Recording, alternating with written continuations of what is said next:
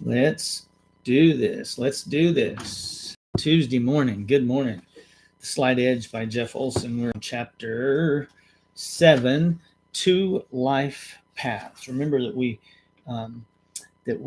talked about the fact that this is what's easy to do is easy not to do, right? And um, the there's no such thing in life as a straight line, right? Everything is curved, right? Space is curved, the world is curved, right? There's no true straight line. It says everything is changing, including your life, right?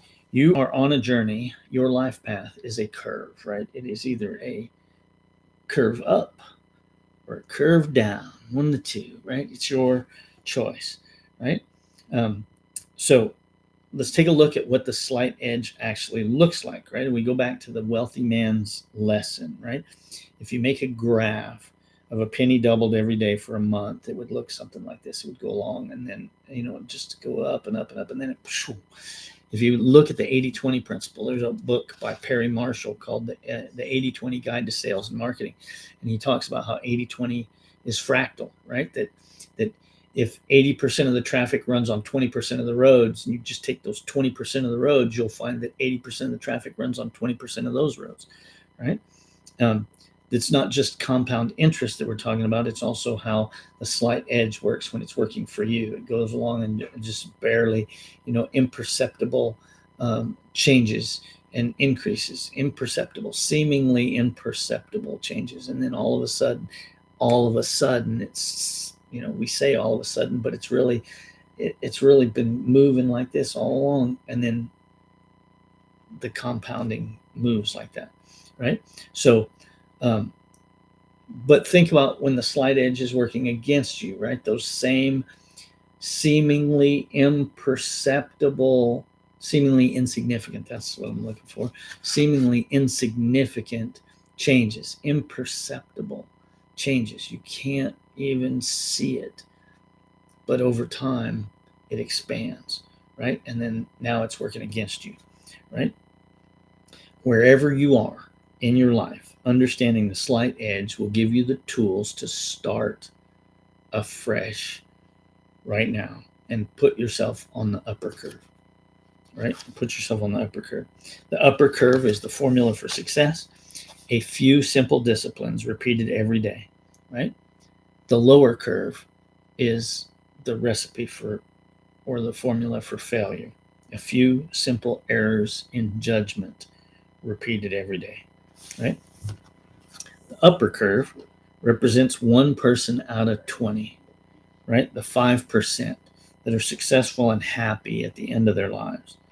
And the lower curve represents the other 19 people, right? The 95% who get to their golden years and they're angry and they're bitter and they don't know why life, why did life, why was it so unfair to me, right? And it's not fair or unfair, it's math, right?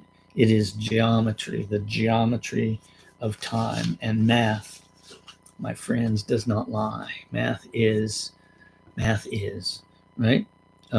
Time is either going to be your friend or it's going to be your enemy, right? And so one thing that we don't have any more of, right? We don't get any more of. You get to, you get however many hours, minutes, seconds you get, and that's it, right? You don't get to go back. You don't get to go back typically.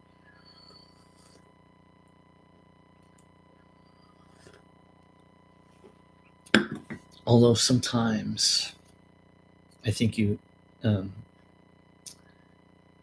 get second chances, right? So time is either your friend or your enemy. If you are doing the few simple disciplines, time will promote you. If you're doing the few simple errors in judgment, time will expose you. No matter how well you appear to be doing right now, time will be that great equalizer, right? So we think about, let's see, he talks about only one person out of 20. Jeff Olson talks about only one person out of 20 will achieve their goals, their dreams in life. That's 5%, right? 5% success rate. Because over time we get lots more no's than we do yeses, right? We get lots more no's than we do yeses.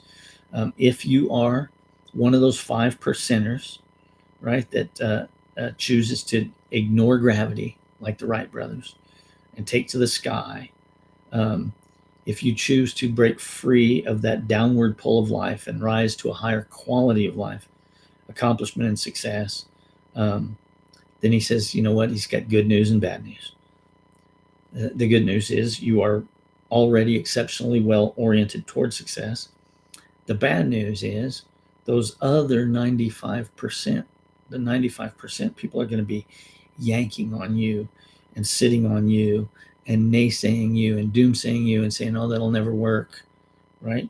And doing their best to pull you back down, right? Because if you succeed, it reinforces that they're not where they want to be, right? If you succeed, it reinforces their, I'll say it, failure, their failure to succeed in the same way you did, right? So you can use the slight edge to break free, or the slight edge can pull you down, right? And take you out of your life, right? But in order for things to change, you have to change. In order for things to get better, you've got to get better. And it's easy to do, but it's also easy not to do, right? John Burroughs, not sure who John Burroughs is, but it's a quote here in the book, says, a man can fail many times, but he isn't a failure until he begins to blame somebody else, right? Until he begins to blame somebody else. You ever heard the old adage, right? If you point your finger at somebody, you've got 4 fingers pointing back at you, right? So when you start talking about blame, right?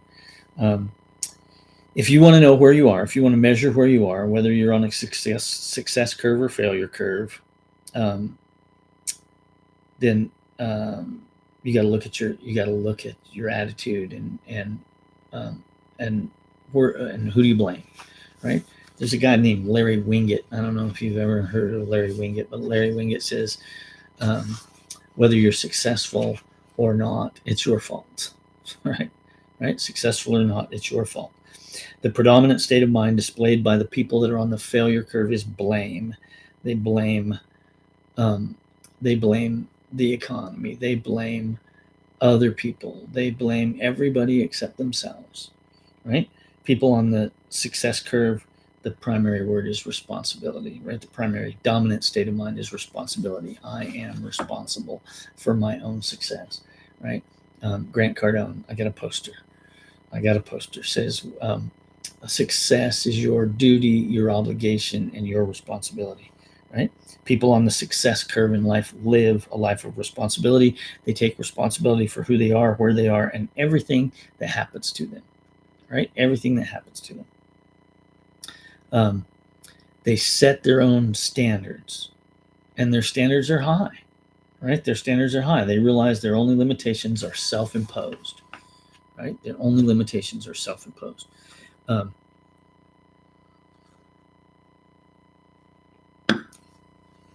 Yeah, we'll go with that.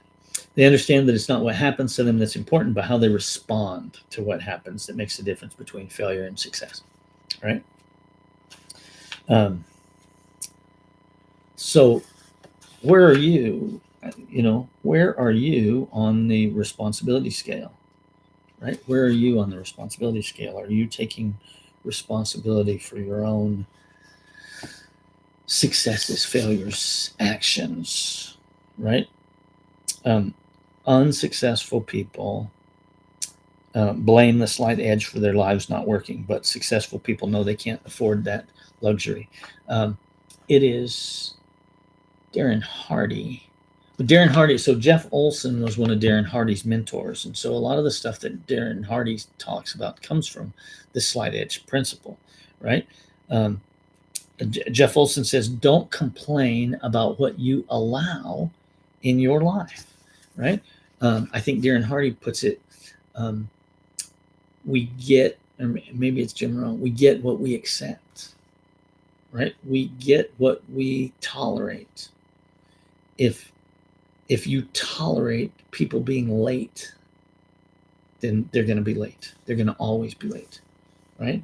The people that are on the upper half of the slight edge are the cause of what happens in their lives, right? They view all the forces that brought them to this point with gratitude and appreciation and without blame, and view themselves as the cause for what comes next in their life, right? This is Jim Rohn that talks about, it's not the success is not a destination. It's about the journey, and it's about the person that you become along the journey, right? Because if you're successful, if you've been changing yourself and becoming a person of success, then you can lose it all and it won't matter, because you'll get it back, right? You'll get it back.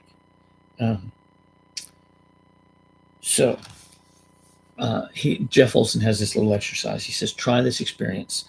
Take a comfortable seated position and look down at the floor, and then, without changing position, take the next 5 minutes to think about your life. So sit down, look at the floor. He says, anything and everything, whatever that means to you, just think about your life, right? Just think about your life. And now, clear your mind, walk around for a minute, and come back and do the second half of the exercise. Take that same seated position, but tilt your head up so you're looking at the ceiling, and then spend the next 5 minutes thinking about your life. Anything, everything, whatever that means to you, just think about your life, right? So 2 parts. Sit down, get comfortable, look at the floor, think about your life. Get up, walk around, clear your mind, sit down, same position, but this time look up, think about your life, right?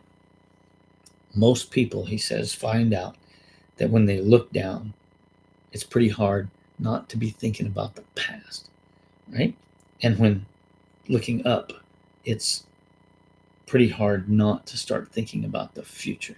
So where are you going? What are you going to do, right? Are you going to live your life in the past, or are you going to live your life in the future, right? He goes back to the story about being in the Phoenix airport. He says almost every single person he saw rushing around was either looking straight ahead or looking down, right? People on the failure curve tend to look at their past, and it pulls them down. And people on the success curve focus on their future, and it pulls them up and forward, right?